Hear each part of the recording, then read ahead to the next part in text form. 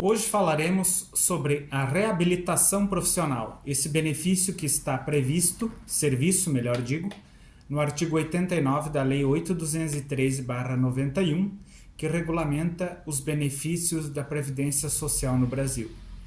Então, o que é a reabilitação profissional?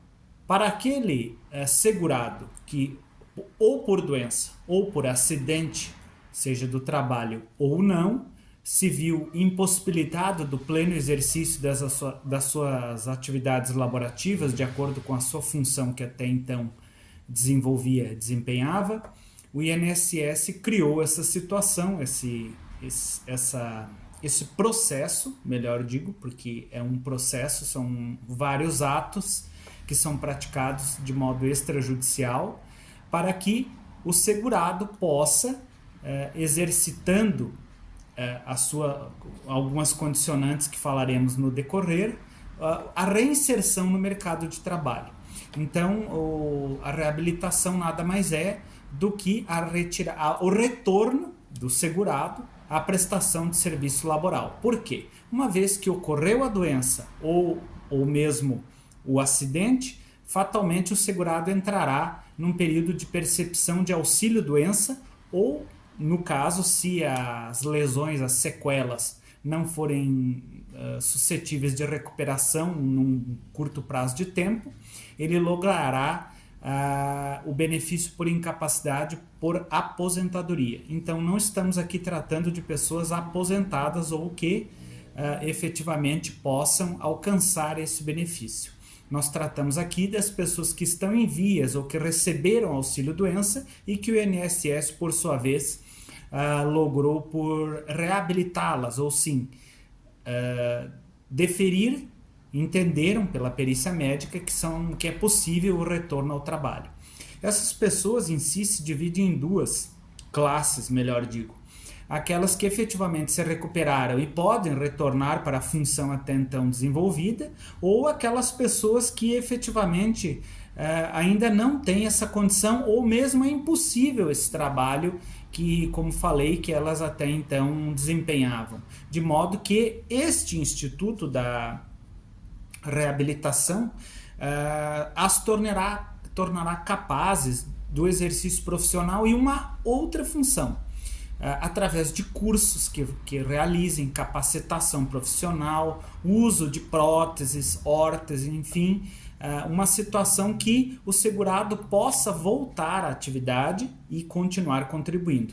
Uma nuance que, embora estudiosos da matéria não observamos, é o que o artigo 29 da Lei 8.213, que eu já referenciei, a questão que a reabilitação ela também faculta ao segurado a possibilidade de contribuição e de modo que o benefício de aposentadoria, que mesmo até por invalidez futura, ou principalmente por idade ou por contribuição, ele é levado em consideração a totalidade das contribuições formuladas. Então, matematicamente, há um ganho de quem continua realizando as contribuições. O cabimento, como falei, do processo de reabilitação é justamente aquela situação onde o segurado se mostra capaz de exercer outra atividade. Imagine alguém que trabalha em uma empresa, por exemplo, que era um operador de empilhadeira, por exemplo, e sofreu um acidente do trabalho no qual ele comprometeu os membros inferiores, as pernas. Ele pode, através de uma capacitação, exercer um trabalho de almoxarife, seria uma situação, por exemplo, hipoteticamente falando, na qual, através dos membros superiores, ele pudesse fazer um controle de estoque. Ou seja, através de uma simples capacitação, ele poderá ser reinserido no mercado de trabalho, voltar ao trabalho, inclusive na mesma empresa, e passar a gozar dessa função nova que ele exercerá. Então, o objetivo da lei é primordialmente esse. Mas, como sabemos, nem sempre o INSS, por mais que se esforcem os peritos e o seu corpo diretivo, entenda que algumas situações não são plenamente aplicáveis e possíveis. E é quando esse decreto, essa situação, essa declaração, essa imposição, porque na realidade é assim que ela é tratada dentro do INSS, ela é plenamente viável e se torna ilegal, de modo que o segurado ele pode pleitear judicialmente o cancelamento, a suspensão ou até mesmo a revisão judicial, aí falando, desse processo de reabilitação, porque são vários atos que se seguem até que o segurado, o contribuinte, enfim, ele volte a ser, ele seja considerado reabilitado.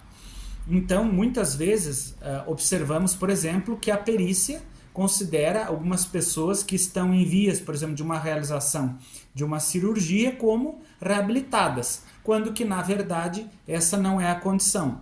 Porque muitas vezes, salvo raras exceções, algumas pessoas recorrem à rede privada médica para realizar essas cirurgias, e aí o processo é rápido, a recuperação, por sua vez, também, mas muitas vezes o pedido de cirurgia é realizado via SUS, no qual sabemos que há uma lista de espera enorme, e essa demora na realização da cirurgia não pode ser imputada ao segurado como a seu desfavor.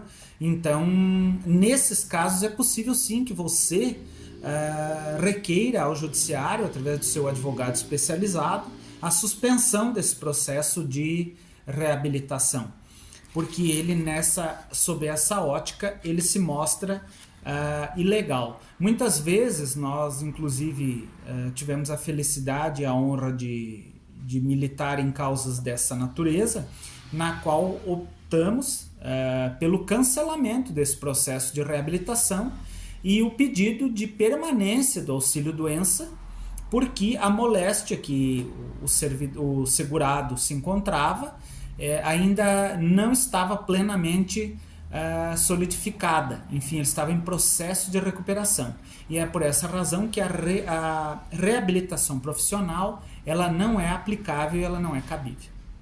Eu fico muito obrigado pela sua atenção e coloco-me à disposição de questionamentos e sempre acrescento que toda a decisão administrativa, seja em que área for, do próprio direito administrativo, tributário, administrativo em si, fiscal, criminal, enfim, deve ser precedida de uma análise do seu advogado especializado, que poderá melhor orientar na defesa dos seus direitos e principalmente para que nada mais do que o direito e a justiça seja alcançado. Meu muito obrigado.